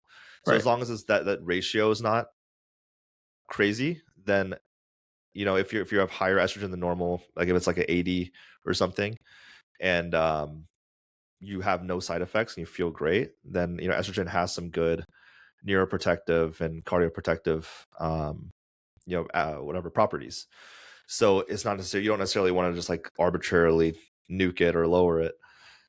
If you don't need to. But then, yeah, if you're starting to experience some libido effects or some acne or water retention or bloat, things like that, then yeah, that's probably when you want to try to manage it a little bit more. Yeah, that makes sense. And I think look, if it was me, I would probably treat it based on symptoms until okay, like I just know myself, once I get above this threshold, it's going to be an issue. So you can get ahead of it, especially because these meds are not completely benign, and you got to figure out how to find them and source them and all that stuff too. The other big thing I think about with this is the hair loss, right? So hair loss in men, that will kind of tease up another question I have for you, but do folks typically take finasteride? You know, this is happening because you're getting that conversion of testosterone also into like DHT, which is like a more potent androgen, but that comes with things like hair loss and potentially increase in prostate volume. That's the other thing to keep in mind long term there. Do you recommend bodybuilders just go ahead and take finasteride like ahead of time, or do you want to wait and see if they're actually getting any symptoms? I would see if you're actually experiencing hair loss first, because some people, if you have good hair genetics, nothing really happens. You know, so I wouldn't necessarily just arbitrarily take finasteride, because it has some of those. It can have some pretty bad side effects for some people. So yeah, I wouldn't arbitrarily take it unless you're seeing your hair is actually falling out faster. And then also finasteride can only help with high testosterone, like testosterone conversion to DHT, right? So some of these other compounds are already like they're DHT derivatives, so it can't really stop anything from there. Or if it's like a nandrolone, it can't really stop it. So it's so yeah, there's certain use cases where it can be helpful. If you're experiencing hair loss and your testosterone's super physiological, then yeah, maybe you can take some for that period. But yeah, that is not something I would arbitrarily just recommend. That makes sense. It's interesting. So I'm curious, in your community, like what kind of side effects do you see people have from finasteride? So I think not just in bodybuilding community, but just in general, I think like the sexual side effects. Um, I've seen that reported, and I know some people that experience that. So that's like the main one I think that people are worried about, right? That guys don't want to have I agree. Sexual issues. Yeah, it's thought to be or it's documented to be reversible if you stop it. There is something called post-finasteride syndrome where people will say that like it's not reversible. I don't know how good the data is around how common that is. I believe it happens. I just don't know how often it happens. There's another one called dutasteride, which is that's even stronger, right? A lot stronger than finasteride. Yeah, you take a lower dose. It's more potent, but you take a lower dose of that. But it may have fewer sexual side effects. I think it's definitely worth looking into. I do think that regardless of if you are taking finasteride or just any testosterone, anything that has DHT in it, I think it'll be really important to get your prostate checked for men. Obviously, women don't have prostates, but making sure that your PSAs are not rising too much and you're keeping an eye out for prostate cancer. And that's another thing is some of these compounds increase your risk for like liver cancers. So I think it's also important to, again, think about people who are on these things longer term, like consider, okay, like, do I get an ultrasound of my liver for that? Do I get an MRI of my liver just to check and make sure there's nothing going on there? And, obviously the name of the game of cancer is detect it early, take care of it while it's small. And then the outcomes are much, much better typically. All right, cool.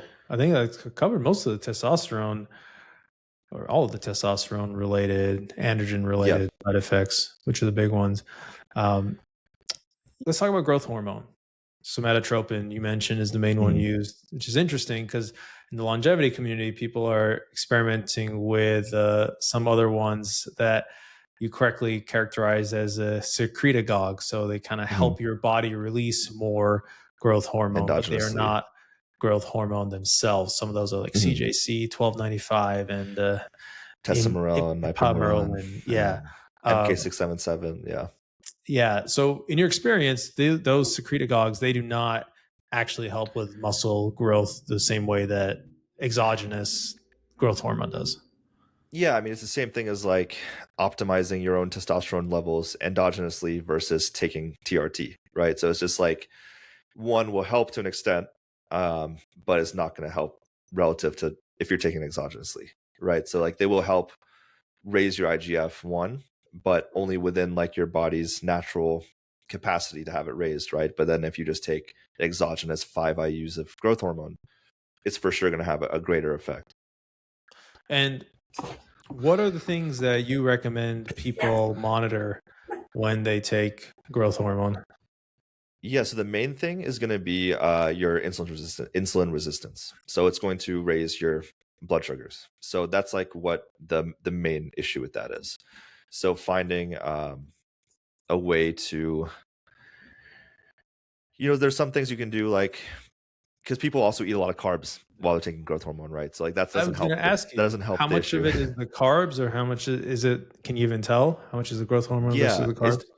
It's definitely an acute thing with growth hormone. Like if an athlete takes growth hormone right before bed, like you will have an elevated fasting glucose because it directly triggers like lipolysis, right? And the fat is getting converted into glucose and it's in your bloodstream.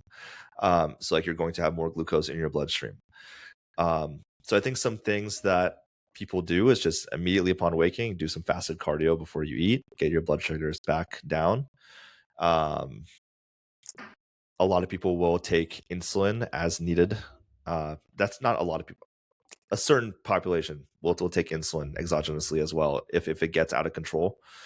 But yeah, ideally you can manage it without taking exogenous insulin. So that would be just what you see is like it's dose dependent too. So if you can generally see muscle building effects after like 4 IUs, right? So if you're looking at taking GH for like longevity, usually it's like 1 to 2 IUs, right? Um, and then if you're trying to now take it for muscle growth, usually you have to get into like the 4 to 6 range. And usually in that 4 range, some people will see insulin resistance, some people will be fine. It's when you're getting into like now people are taking 8, 10, 12 IUs where it's like then you're probably going to start seeing that insulin resistance for sure. Um, along with like some other weird things like your hands will go numb and just from like extra water retention, I guess. Because I've seen people start taking growth hormone literally within a week, they're up 8 pounds just from like water retention. So it can kind of cause some hand numbness and things like Carpal that tunnel, too. maybe. Yeah, carpal tunnel. So those are some other things to watch out for. But as far as like the insulin resistance specifically, one is dose dependent. So like not everyone deals with it, but if you're starting to deal with it, then you have to adjust based on like, you're taking berberine or metformin as some sort of way to control it somewhat. But yeah, when we get into like those higher ranges where people are taking 10, 12 IUs, then you probably have to start taking at that point some exogenous insulin to control that. It could be like there's the difference where some people will just take like Lantus or one of the longer acting ones as like a baseline prophylactic, and then other people will do like the shorter acting between meals, like as needed to get your blood sugars back into check. Yeah, I mean I just don't know how great of an idea that is, because you want, what you're really trying to decrease is insulin, right? So the reason that you get insulin resistance is because you have too much insulin circulating in your system and your body kind of gets used to it. It adapts to it. And that's actually the problem. So adding exogenous insulin, it would lower your blood glucose, but I'm not sure if you necessarily even need to do that. So I would highly recommend in that case, whoever can get their hands on like Jardiance or empagliflozin, use that, because that works. It decreases your glucose by just having you urinate out glucose. Like you don't actually increase your insulin and decrease your glucose. You're shuttling it out of there, which is actually what you really want. Right. But I don't, I don't know. Cause I think you're probably okay if your blood sugar is hanging out at like 150, 160, you don't want it to go like 2, 3, 400, then it's going to be problematic. I'm not sure. I'd have to think through that more. But I think then you also want medication. So there's a medication called pioglitazone. That is one of the best diabetic medications for increasing your insulin sensitivity. I think that's something that people could consider and look into. Obviously, work with a doctor in that. How does that work? What are like the mechanisms of it? Oh man, this one is like crazy complicated. So essentially, it helps increase the insulin sensitivity in your liver and your muscles, which is like where most of where your glucose is going to get stored. How exactly it does it, I don't remember off the top of my head. I can look in a second. Glitazone, improve insulin sensitivity. So I think another benefit of taking exogenous insulin would be it also has like an anabolic effect, right?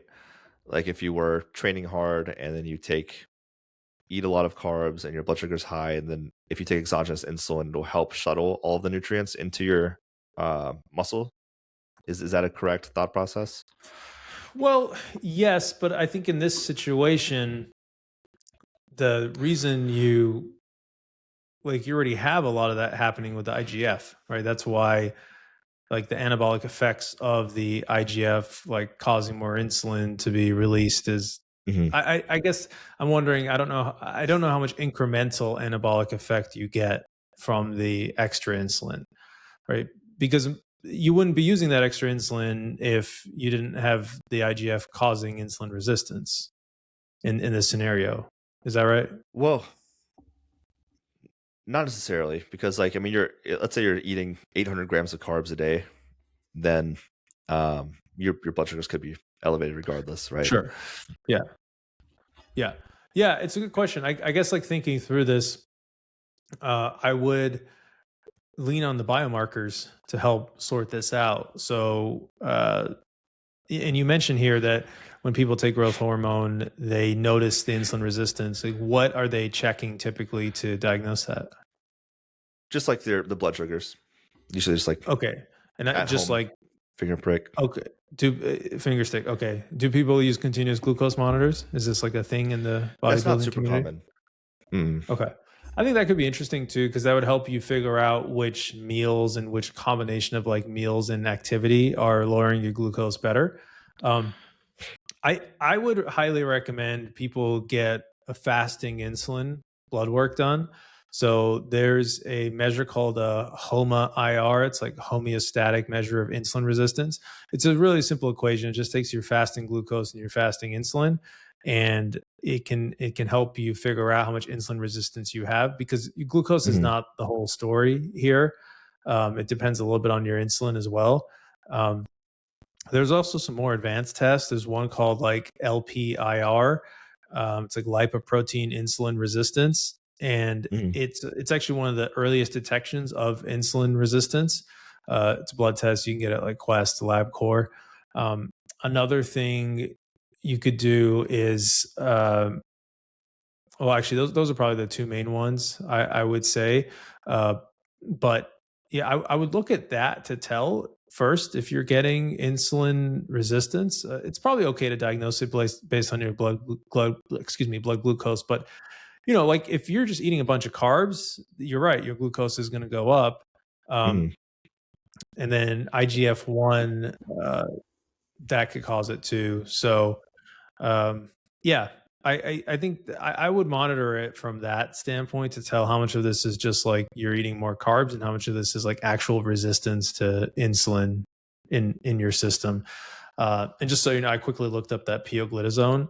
So it's something called like PPAR gamma agonist, which you actually referenced this in, I forget what it was. We were just talking about this. Something increases PPAR, another compound. Testosterone. Yes, testosterone. So it works in a similar way, and it directly reduces the resistance to insulin, which is what you want in these situations, both in your muscles and your liver. So that's I somehow remember that. But yeah, like I and think it's also something that retatrutide and tirzepatide can also do, right? Yeah, increase insulin sensitivity. Totally.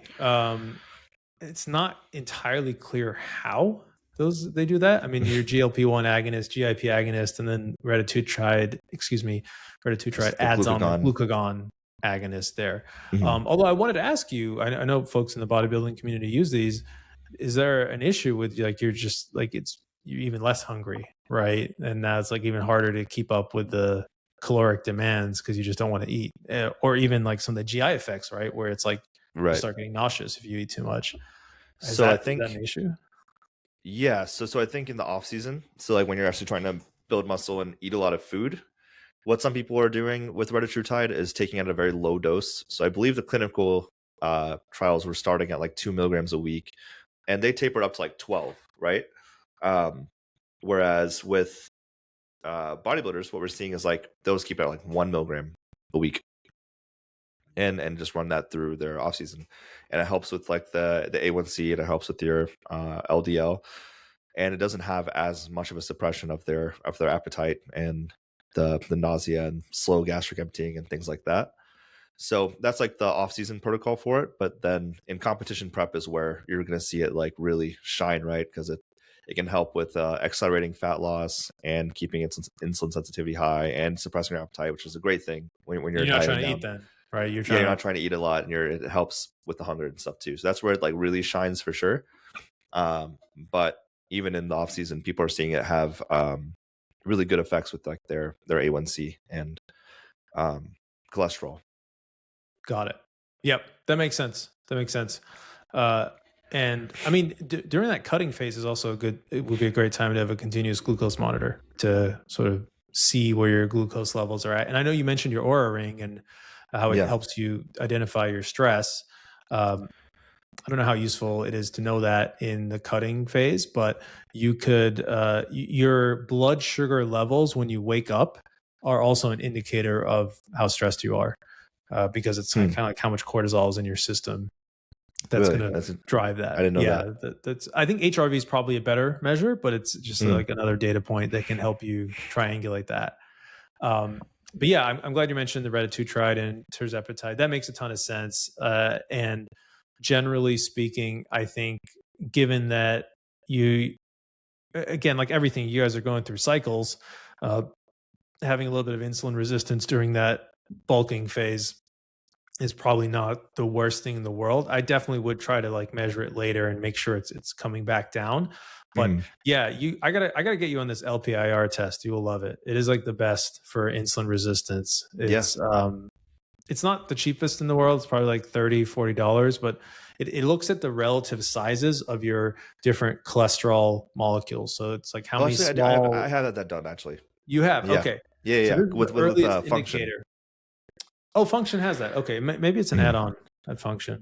I can't recall. Where it's like the small particles, the medium, the large, and like how many of your LDL particles, small, medium, large, things like triglycerides. Because essentially early on, as you're getting more energy, your body's starting to shuffle around like the mix of those different molecules, because that's how it's storing the energy is in these cholesterol molecules. I think I had a bad distribution. Like the one that's worse for it's the most sensitive. So like that is the first indicator that you're getting insulin resistant. Like before you see your A1C change or anything like that, like that's going to be like step one. So it's actually very useful if you think somebody has very little insulin resistance and you want to detect it super early. One other thing before I forget to mention it, I wanted to bring up is I know when we had talked, you had mentioned that dementia is something that's on the radar of really everybody, but certainly the bodybuilding community. Have you heard of a test called p-tau 217? Okay, this will be interesting for folks listening. So this is an early Alzheimer's dementia marker, and it's kind of come onto the scene in the last 5 years. It really has become commercially available the last couple of years. Really, really useful, because before this, it's a blood test. It looks for this protein called p-tau 217 in your bloodstream, and it detects the onset of Alzheimer's like 10 years early. So before, we would wait for somebody to have memory, like kind of relatively obvious memory issues. But by the time that's happened, you can't do anything about it. Right. And you're already down that path. This detects it like 10 years early, and you can actually do something about it. And for some people, so like a subset of people, of smaller percentage, like 2% of people with a certain type of Alzheimer's, it's like 20 years early that it detects it. So it's enough time to really hit your lifestyle, lower your cholesterol, blood pressure, all the other factors, and make a difference. Now, for a 25-year-old bodybuilders, probably not super useful, because it's still 45, 50. Out. Exactly. 45, 50. If everything's good, you get it every couple of years. It's not yet covered by insurance. It's expensive. It's about $300. But I think crazy. That'll change over time. Yeah, it's not crazy. And then it's motivation to really dial things in, or peel back there. But yeah, I wanted to mention that because I think that those are only going to get better and cheaper, in my opinion. Yeah. What is your opinion on all these mitochondria enhancing peptides that are out right now? Do you think those will help with anti-aging and memory and things of that nature? So there's like SS31 and MOTC and methylene blue and SLU PP. So it's like all these are like mitochondrial enhancers that's becoming pretty commonly used. Yeah, I don't know. It's so I struggle with compounds that are very, very fundamental to your body. So like, what do I mean by that? Like, okay, NAD, you hear about NAD, NAD plus. It is like, it's like almost like a basic biochemical building block. And so if you take that orally or even by IV, does it filter through all the layers where it gets down to your cell and like actually starts to make a difference, or does it get processed somewhere earlier down and never really make it? So I think, so whenever we talk about, like, if I'm thinking longevity, whenever I hear about a compound, I think lifespan, like, does it extend life? Like you just asked about some of these mitochondrial agents. And then health span, does it make you feel better or improve your quality of life in some way, shape, or form right now? And when we're talking like lifespan extension, it's so hard to tell because there's so many factors between now and 20 years from now. And who knows how many of them like might override these mitochondrial agents, or are they just not working themselves? It's hard to say. I sure hope so. Let's put it that way. But I think for somebody who's wanting to take these now, I wouldn't take these thinking they're going to extend your life 10, 20 years down the road. I would take these thinking, okay, do I feel better taking them right now? And if the answer is yes, or if it's neutral, then check your biomarkers, like check your heart, check your cholesterol, check your liver enzymes, check your kidney function, check the things that's likely where the damage is going to show up first and cause you issues. So you get a head start of, oh, okay, maybe this thing I'm taking like is not good for me. I actually talked to somebody recently who was taking methylene blue, and he felt like it's too stimulating. He's like overstimulated taking it. I actually really like it. Yeah, I take methylene blue sometimes too. Yeah. It has like a really acute cognitive benefit. Like it's that's awesome. And I think, it's like drinking coffee. Does coffee extend your lifespan? I don't know, but it certainly helps in like the day to day. So I wouldn't tell anybody that you need to stop drinking coffee. Like that's actually probably a good way to put it. Like if we don't know after centuries if coffee actually helps you live longer, we may never really find out for some of these compounds. But I think as long as it's not acutely hurting you, and especially if you're getting like a short-term benefit, I don't see the downside to it. And I'm not trying to like plug biomarkers and testing because that's what I do. It's just how I think about it. It's like I don't know how else to tell if this is like hurting you. And I think with the more experimental stuff, you want to really be more on top of it and testing more often so that you pick up on an issue before it is something that you can't control anymore. And by the way, I feel the same way a little bit with the retatrutide. Obviously, these are like big pharma drugs, so like they are doing extensive testing. Like you don't have to worry about that so much. One thing before I forget, I wanted to add on the retatrutide and the tirzepatide is Zofran. Do folks ever use Zofran if they're getting nauseous from it? I haven't heard that as much. I don't think people are taking it to that extent. And if they do, it's usually to suppress appetite. So maybe they're not like upset about the nausea because it makes them not eat. Fair enough. Yeah, no, I don't hear a lot of people taking Zofran to combat that. Okay. Well, then I think that's reasonable to not necessarily worry about it. Another question I had for you is during this cutting phase, like how severe is the dehydration? Dehydration is actually not severe at all until the last maybe day or two before a show. So like during the prep, you're drinking probably 1.5 gallons of water a day or 1 gallon of water a day. So it's like, you're very hydrated.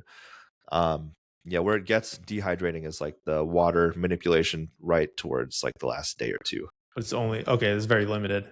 Right? Because that is the time when you would maybe worry a little bit about like kidney dysfunction. And we're talking about taking the telmisartan and how that, I looked into it and it's a little bit complicated, but basically the way that it works is there's like different parts of your kidney, and it decreases the blood pressure in a part of your kidney where your kidney's looking like kind of testing, like it's using that as a sample for your overall blood pressure. It increases the blood pressure there. So then it tricks your kidney into thinking that your blood pressure is overall high. So then it releases more of the hormone that drops your whole body's blood pressure. And so you just need to be kind of careful with that when you're dropping your water, like your hydration a ton, because it can throw off that signal there in your kidney.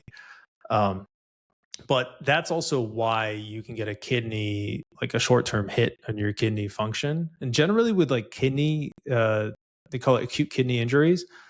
you have like a short-term hit, but if you restore your blood flow to your kidney like relatively quickly, it goes away and it kind of goes back to normal. But if it's like a sustained issue, that's when you can see longer term like chronic kidney damage. Yeah, and I think the big risk for bodybuilders in that space is like towards the end of a lot of bodybuilders also take like pharmaceutical diuretics like that in conjunction with severe dehydration for the last like day is can be pretty dangerous, and some even start taking them like a week out and stuff like that too. So maybe you just stop the telmisartan at that point just to like ease up on the damage that your kidney's going to take in that short term, and but kidneys or telmisartan, so it also regulates like angiotensin, or not what's it called, aldosterone, right? Yes. So could it affect your water retention if you suddenly cut it off? So let's see. It could raise your. It could. It could, because what's happening with aldosterone is you're urinating out more sodium, which is where the water follows from. So then you retain more sodium. You'd have to play around with it and check. Yeah. I mean, look, I'm speaking from a doctor standpoint. So my number one priority is not having permanent kidney damage. Right. But I totally get it. You have to balance that with like the competition goals. And I think maybe it's just something to be, maybe it's a situation where you're extra careful. Like you go get like a urinalysis or something just to kind of double check it. And my guess is that you probably have to play around with this once or twice, and then you get a sense of what works with your body, and then you kind of have a protocol from there. But yeah, I just wanted to follow up on that because I know you posed the question of how it impacts, and I do think that, I don't know. I mean, how common is it for people to use diuretics pretty common. during? Oh, got it. And are they using furosemide Lasix typically, or what are they? Usually diazide. So it's like that plus the potassium sparing version of that, I guess. Yeah. So do they take aldosterone specifically? No, so they'll take either diazide or what is the chemical name for that? Aldactone. Okay. Got it. Man, this is like a master class. I got one more for you here that we haven't hit on. Well, actually, let me we hit every. Real quick, acne. Is that really a big problem, or is it not too bad? It's kind of like hair loss, right? Where it's like pretty genetic based. So like if you're someone who's prone to acne, it can get a lot worse. Like I've seen people get really brutal acne taking anabolics, but I've also seen people have like the clearest skin ever taking a bunch of anabolics. So again, genetics is going to be like the foundation of it.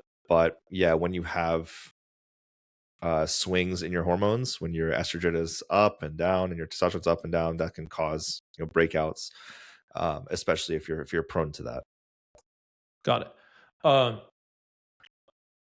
Do people use tretinoin? Tretinoin's huge. I feel like everybody should be using it regardless of if you're a bodybuilder or not. Tretinoin is amazing. But then also I've had clients who use like a low dose of Accutane to try and control it when they're taking higher anabolics and they're breaking out a lot, which I don't love because Accutane's pretty harsh, but it's well, it's all trade-offs, right? Like you don't want like horrible scarring acne either. Right. So you got to kind of see, and of course you start with the topical stuff. The good thing about acne is, well, good and bad, a lot of people are familiar with it from adolescence, so they kind of have more of a sense of what to do about that. And obviously you can see it happening. You don't need a blood test for that. Yeah. Well, I wanted to hit on two other compounds we talked about. So there's the copper peptide, GHK-CU. Yeah. And kind of like from my research helps reduce inflammation, which can help with like the cardiac effects, potentially acne and some of these other ones. But really hair loss is where it focuses in on. And on that one, I do think it's worth checking your copper levels. They can build up over time.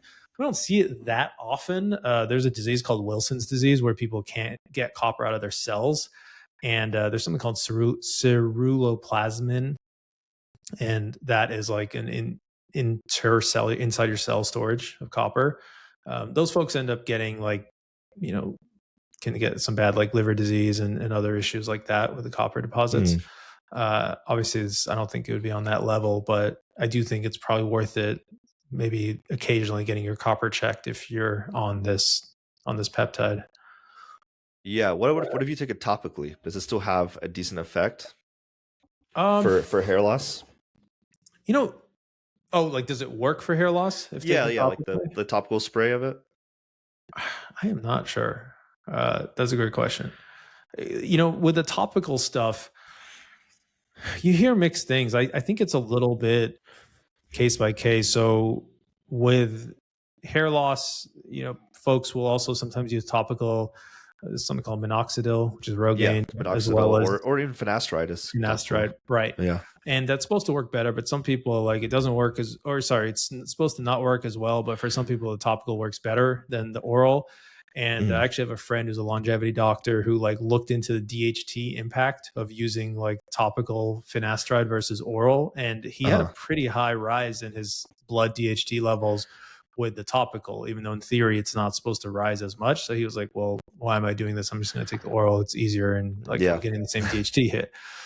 So I think I could tell you what the book says, and I can look it up and kind of follow up, but I don't know how accurate it's going to be based on what I've seen, like topical absorption and other compounds relative to efficacy. So I'm not sure. And yeah, hair loss is tough. It's I feel like it's in some ways a science we don't know that much about. And the last one I wanted to hit, because I really like this one, man, is BPC 157. I haven't taken it, but how commonly is that used in the bodybuilder community? You hear that pretty commonly, yeah, because I mean, every day you're beating your body down, right? So anything that can help with that inflammation and healing your tendons and things like that can be helpful. So yeah, I hear that pretty commonly for sure. It can also have good effects on your gut, so that's like another reason why people take that in the bodybuilding space too. Well, it's a peptide that's derived from your stomach acid, which is pretty interesting, and they used it a lot for inflammatory bowel disease. That's kind of how it got started. But do you are folks taking it like continuously, or is it really in more of like the bulking phase and then they'll stop during the cutting phase? Yeah, I don't know that many people that take it like. I mean, I know a couple who take it continuously, but I think the proper use case would probably be to use it like as needed in those periods of time where maybe you're pushing a little harder and your body's a little more inflamed. So yeah, I think that would be the proper way to do it. But yeah, I do know people that take it continuously. Okay. Well, I would highly recommend to anybody listening, and hopefully there's still some folks listening here, almost 2 hours in, to not take it continuously. Because the way it works is it increases like blood vessel growth, angiogenesis, right? Yeah, angiogenesis, and unchecked angiogenesis is going to be problematic, or it's just a high risk. Like cancers will do this too. Like they'll hijack angiogenesis so that they can get more resources.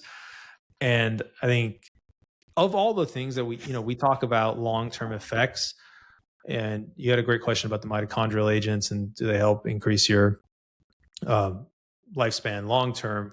Well, then the flip side of it is like, what are the things we're doing that are decreasing our health long-term? And the two main boogeymen for me are dementia, because it's like, we don't know, this has been building up over years and years. And then cancer is the other one, where it's like, I don't know if we're going to find out this thing, hey, 15 years later, this was like building up a cancer the whole time. And so you go to mechanisms there. That's where I really think a lot more about the BPC 157. I think it's super useful, and it's just such a unique use case. I know many people who it's like a miracle drug almost in terms of you don't have much else and it really works. But I do worry about that cancer risk. I wish there was like a more local way, like if you could just straight inject it into your joint. Well, people do that. Okay. So people do inject it typically. So what the anecdote is that orally will help more with like your gut and then injectable will help more acutely if you. I don't know. See, I don't know how true that is. I feel like that's purely anecdote, where it's just like, yeah, I know people are just like injecting it in like above their knees or like above their elbows, or and then they say it works, but I don't know mechanistically why it would, because it still just goes into your bloodstream and works systemically, right? It's such a good question. I mean, look, I don't know. I wish I had an answer for you, and I think we just have to study it and see. Like in my ideal world, we have some good way of measuring angiogenesis, and then we study people. We have some inject it directly into their knee or whatever area they're wanting to help with, and then have some people take it orally and see which one. Yeah, or like micro tears, if there's like an easy way to assess like little tears in your tendons and ligaments and how long they take to heal. I would probably favor taking it systemically, just because it's like, there's a lot of places you might want it, unless you have like a really specific injury, like, okay, it's my Achilles or something like that. Fine. But otherwise, like for bodybuilding purposes, like I'm sure it's all sorts of aches and pains all over. It's not just like one joint that is the issue. Right. I don't know, though. I'm speculating a little bit here. Yeah, but I mean, even if you inject it into, let's say, like around your elbows, I mean, it still will enter your bloodstream, right? Because you're still injecting it into subcutaneously, so it will still enter your bloodstream. Maybe there's just like a higher concentration in that area. I don't know. Yeah. So look, you're right. It will, but the damage is much. It's mitigated quite a bit, or it's like collateral damage, let's say. It's sort of like if you have get a steroid injection in your knee versus like taking oral steroids. Like oral steroids are going to have way worse side effects, right, than the knee injection. So I always prefer that, for sure. It's injection. 100%. Yeah, you're right. We'd have to study this, but I just think and it makes sense, because that's what you hear. Right. And this is dangerous in medicine, because like there's this idea, like I'll give you two competing philosophies. One is like, you don't need a study to see how often people would survive jumping off a cliff without a parachute, which is sort of like, look, if it's obvious, like, you don't need to like go and study it. But at the other side of the coin, biology is unpredictable, and this is how we learn. So, I feel pretty confident saying like you're going to mitigate potential side effects by having a local injection. The question is just like, do you only need it in one spot, or do you need it kind of all over based on like injury? But if you do have an injury, then you would say that you would see an effect by injecting it somewhere locally around that injury. Yeah. Like if you got like a rotator cuff injury and you hit it there for 6 weeks or something, I think you would recover a lot faster than if you took it orally. I just think you got to be careful, because we don't know too much about it. Or maybe you won't recover faster orally, but I would feel confident that like you're having fewer side effects in your kind of systemically in your body by injecting it there, even if it's like, I think it's still worth it to do that if that's like a viable option. Okay. Yeah.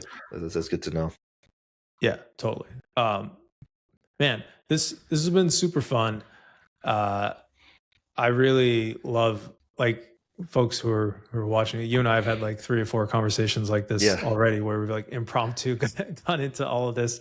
So I really appreciate you coming and taking the time and sharing your knowledge and just kind of spitballing around this stuff. And I do hope that some folks in the bodybuilding community, I'm going to share my screen real quick, because I just quickly logged into Proseek, but I hope folks take a look at me on Proseek. You helped me put together down here in the business section. Where am I? There we go. Yeah. I hope you take a look and consider some of these different options for blood work panels. As you know, you're really not making money off of these. I just want to provide this to the community here, because I think it'd be really cool to figure out some of these things and definitely help folks get these tuned up. Certainly make sure you're not doing long-term damage, but also just to, if folks want to work with me more directly, again, I'm not saying this from a commercial standpoint. It's just like having these conversations is fun to try to figure this stuff out. So I would love that if there is any interest, and if not, just getting blood work done, helping support that, like more than happy to do that. ordering this stuff. And for folks who are not in the bodybuilding community, check out Proseek. I wanted to highlight this here too. Maybe do you have anything? Yeah, there's my profile right there. What's that? Well, sorry, what'd you say? I said there's my profile right there. So yeah, if you want to coach, you can hit me up. Oh yeah, wow. Dang. Look at that. Looking awesome. But yeah, do you have anything for beginners or people who are like just kind of starting to dip their toes into yeah, I mean that's what this is for, right? So a lot of these people, a lot of these pros will offer like lifestyle coaching or not necessarily just for competition. So a lot of them will help you even just get your workout plan and diet structured and understand how to start living this, a healthier lifestyle. So yeah, a lot of these pro bodybuilders will also offer like lifestyle coaching. That's amazing. That's amazing. Well, definitely folks should check that out too. And I'm sure a lot of them, just like you, have a ton of experience with some of these different compounds and how they can be beneficial in any kind of regimen, whether or not it's a bodybuilding one. Yeah, especially if you're trying to get into that, peptide space, enhanced, whatever, experimental stuff. Yeah, I mean, a lot of these athletes have some experience. That is good to have someone who has some experience before you just start injecting stuff and taking stuff. So totally. Yeah, definitely good. And I'm really excited that we're offering that blood work panel to people, because I think it'll be helpful for people to have, again, a centralized, easy place to go to get those panels done. 100%. All right. Well, any last thoughts or parting words? You want to get out to the was audience? Great. Thank you for having me on. Yeah, it was a lot of fun. Yeah, thanks again. Really appreciate it. Appreciate you getting me on Proseek, and let's do this again sometime. I'd love to hear how things are going. I'm sure in 6 months there'll be like 50 new compounds that we can talk about that people are experimenting with. So that'd be cool to dive into that. Yeah, definitely that. And we can start maybe once we have some data from some of the blood work done, we can kind of talk about how you approached it with some of them and try to fix some of the issues that we're seeing and stuff. I got some ideas for you. We'll save that for next time. Well, thanks again, Sai. Great to see you. All right, thank you.